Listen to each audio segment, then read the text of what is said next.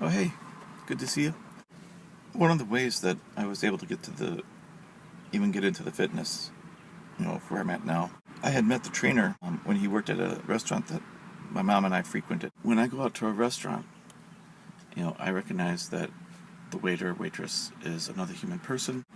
I'll get myself talking to them, because they're busting their butt all day long, serving people who are not the nicest at times. But how many times do you say hi to them? How many times do you ask them how their day's going? The one thing about him was that he was very nice. He was just really good to talk to. One time when I came into the restaurant, I looked around because normally I ask for the waitresses and waiters that I enjoy talking to. So not seeing the one waiter for a while, I asked the waitress that I had at the time, and she told me that he had gone on to a club to become a personal trainer.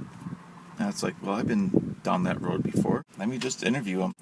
I already felt comfortable with him, in just conversation. Could I conquer my fear of being in a club or being in a gym with him as my trainer?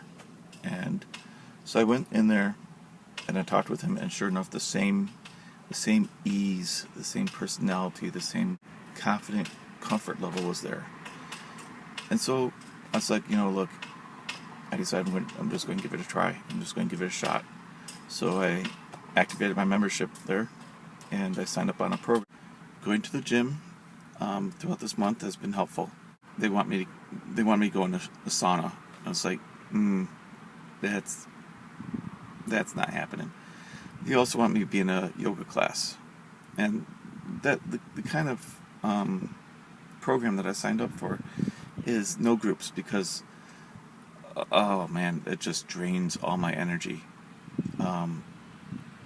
Because I become immediately afraid. So I'm pushing myself. Here I am in a club.